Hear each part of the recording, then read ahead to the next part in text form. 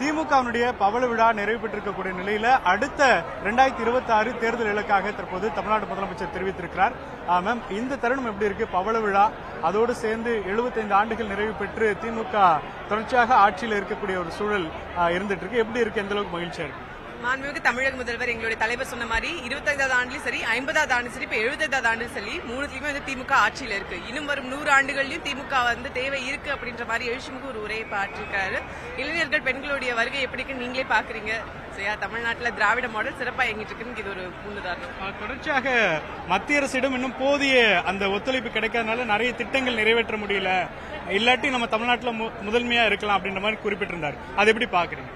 நம்ம முதல்வர் வந்து தாயுமானவர். வீட்டுல எப்படி அம்மா வந்து இருக்கக்கூடிய விஷயங்களை வச்சு வீட்டை நடத்துவாங்களோ, நம்ம முதல்வர் நம்ம கையில இருக்கிற விஷயத்தை வச்சு தமிழ்நாடு இவ்வளவு சிறப்பா நடத்திட்டு இருக்காரு அப்படின்றத வந்து இன்னைக்கு உலகமே போட்டு பாராட்டிட்டு இருக்கு. அப்படி இருக்கும்போது நிலுவையில் இருக்க தொகையை வந்து ஒன்றிய அரசு கொடுத்தாங்க அப்படின்னா இன்னும் சிறப்பான தமிழ்நாட்டை வந்து கொடுக்க முடியும் அப்படின்றத முதல்வர் இன்னைக்கு சொல்லியிருக்காரு. தமிழ்நாட்டு மக்களை நாமளும் அதை தான் எதிர்பார்க்கிறோம். 2026 இலக்கு அப்படின்னு சொல்லி ஒரு இலக்கு கொடுத்திருக்கிறாரு. ரொம்ப அதே நேரத்தில் ரொம்ப நம்ம அதை சாதாரணமாகவும் பார்த்துடக்கூடாதுன்னு சொல்லியிருக்காரு. அது என்ன காரணமா இருக்கும்? குறிப்பா இந்த தேர்தல் உங்களுக்கு எப்படிப்பட்ட ஒரு தேர்தலா பாக்குறீங்க? ஒரு நல்ல தலைவர், போர் வீரர் அப்படின்றத வந்து எந்த வகையிலயும் எந்த விஷயத்தையும் சாதாரணமா பார்க்க மாட்டாரு. சோ தலைவர் வந்து திராவிட மாடல் ஆட்சி வந்து கொடுத்து பெண்களும் குழந்தைகளும் இன்னைக்கு எந்த அளவு சந்தோஷமா தமிழ்நாட்டில் இருக்காங்கன்றத பார்த்தும் எந்த ஒரு விஷயத்தையும் வந்து சாதாரணமா எடுத்துக்க கூடாது அப்படின்றத தலைமை மாண்போடு இன்னைக்கு சொல்லியிருக்காரு.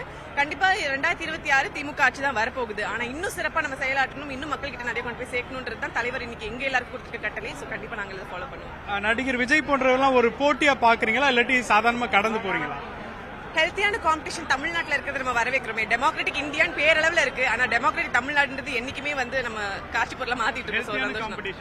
எல்லாருமே நம்ம ஹெல்த்தியான காம்படிஷன் தான் பார்க்கணும். யாரும் வரக்கூடாதுன்னு யாரும் சொல்ல முடியாது. வர்றவங்களை நம்ம நல்லபடியா வச்சுட்டு இன்னைக்கு ஹெல்த்தியான ஒரு காம்படிஷன் தமிழ்நாட்டில் இருக்கு. அதாவது விஜய் வரதுனால ஒரு சவால் இருக்கு திமுகன்னு நிறைய அரசியல் விமர்சகர்கள் பேசுறாங்க. நிறைய யங்ஸ்டர் ஓட் போயிடுன்னு சொல்லி ஒரு யங்ஸ்டரை எப்படி பாக்குறீங்க? மாண்புமிகு விளையாட்டுத்துறை அமைச்சர் உதயநிதி ஸ்டாலின் அப்படின்னு சொன்ன உடனே இங்க இருக்கக்கூடிய மக்கள் எவ்வளவு தூரம் ஆரவாரம் பண்ணாங்கன்றத பார்த்துட்டு இருக்கோம். நம்ம கிட்டயும் இங்க இளம் தலைவர் இருக்கிறார். அவரை நோக்கி இங்க நிறைய இளைஞர்கள், இளம் பெண்கள் வந்துட்டு இருக்காங்க. எல்லாருமே நம்ம வந்து நல்ல ஹெல்த்தியான காம்படிஷனா பார்க்கவே தவிர்த்து அவங்க வரதுனால நம்ம த்ரெட் அப்படின்னு பார்க்கவே இல்லை. 2026 கண்டிப்பா திமுக தான். விஜய் வந்து அண்ணாவுக்கு பிறந்தநாள் வாழ்த்து சொல்லும்போது இருமொழி கொள்கையை வந்து ஆதரிச்சு தன்னுடைய ட்விட்டர்ல போட்டிருந்தாரு. இன்னைக்கு பெரியாருடைய நினைவிடத்திற்கு நேரடியாக சென்று பெரியார் திடல்ல மரியாதை செலுத்தினாரு. இது ரெண்டுத்தையும் எப்படி பாக்குறீங்க? திமுக போன்ற ஒரு கொள்கையை விஜயும் பின்பற்ற போறாருன்னு பாக்குறீங்களா? அது தமிழ்நாட்டிற்கு தேவையா பாக்குறீங்களா? நல்லதை யார் ஃபாலோ பண்ணாலும் உங்களை பாராட்டலாம். திமுகவோட கொள்கையை மற்றவங்களும் பார்த்து காப்பி அடிக்கிறாங்க, இல்ல அதை வந்து இன்ஸ்பிரேஷனா எடுத்து ஒர்க் பண்றாங்க அப்படின்னா it's happy to take it தான்.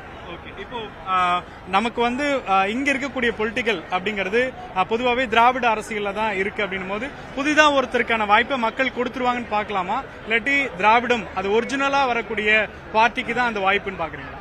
ஃப்ரீபீஸ் மட்டுமே இருந்த தமிழ்நாடு அப்படின்னு சொல்லி இந்தியா முழுக்க இருக்கக்கூடிய நிறைய பேர் வந்து கை காட்டிட்டு இடத்தை பார்த்து இன்னைக்கு நம்மள இன்ஸ்பிரேஷனா எடுத்து மகளிர் பேருந்து உரிமை தொகை ஆகட்டும், இல்ல உரிமை தொகை திட்டமா இருக்கட்டும், பல திட்டங்கள் நம்மளை பார்த்து மற்ற ஸ்டேட்ஸ் வந்து இன்ஸ்பிரேஷனா எடுத்து ஒர்க் பண்ணிட்டு இருக்காங்க. சோ இன்னைக்கான ஆட்சி, அடுத்த 26 ஆட்சி நம்ம தலைவர் பார்க்காம அடுத்த 100 ஆண்டுகள்ல பெண்களும் குழந்தைகளும் எப்படி முன்னேறி தமிழ்நாட்டில் இருக்கணும் அப்படின்றதுக்காக ஒரு ஃபோர்திங் பண்ணக்கூடிய ஒரு விஷனரி லீடரா தான் நம்ம இன்னைக்கு பாக்குறோம். சோ காம்படிஷன் அப்படின்னு பார்க்காம நம்ம மக்களுக்கு, நம்ம கம்யூனிட்டிக்கு, தமிழ்நாட்டுக்கு என்ன பண்ண நல்லது அப்படின்னு ஒரு தலைவர் இருக்காரு. அவர் ஆட்சி நல்லது நடந்துட்டு இருக்கு. அதை நம்ம அப்படியே பார்க்கலாமே. ஏன் காம்படிஷன்? அவங்க வந்து இவங்க காப்பி அடிச்சாங்கன்னு பயம் அப்படிலாம் எதுவுமே இல்லை. நல்ல தலைவர் இருக்கு, நல்ல தலைமை இருக்கு. 26 வந்து திமுக தான் வரப்போகுது. அடுத்த வர 100 வருஷத்துக்கும் திமுக இருக்கும். திமுக இன்னும் சிறப்பாக செயல்படும் தலைவரே சொல்லியிருக்காரு. தொடர்ச்சியா இளைஞர்களுக்கு அதிக வாய்ப்பு கொடுக்கணும்னு சொல்லிட்டு துரைமுருகன் உட்பட அவங்க தொடர்ச்சியா பேச ஆரம்பிச்சுட்டாங்க. திமுக அதுக்கான ஸ்பேஸ் கொஞ்சம் ஃப்ரீயா கிடைக்குதுன்னு பாக்குறீங்களா முன்பை விட இப்பொழுது? எங்களுடைய அமைச்சர் பெருமக்களே அதுக்கு வந்து சிறந்த உதாரணம். எங்களுடைய தொழில்துறை அமைச்சர் TRB ராஜாவாகட்டும், அன்பில் மகேஷ் பொய்யாமொழி ஆகட்டும், இல்ல எல்லாத்துக்குமே வந்து உற்சாகம் கொடுக்கக்கூடிய உதயநிதி ஸ்டாலின் ஆகட்டும், எல்லாமே இளம் அமைச்சர்கள் தான். அமைச்சர் பெருமக்களே இப்ப இளம் தலைமுறையினர் வர ஆரம்பிச்சிட்டாங்க. கண்டிப்பா புது ரத்தம் வந்து திமுகக்குள்ள பாஞ்சிட்டு தான் இருக்கு. அதுக்கு இதெல்லாம் ஒரு உதாரணம் தான். மிக்க நன்றி.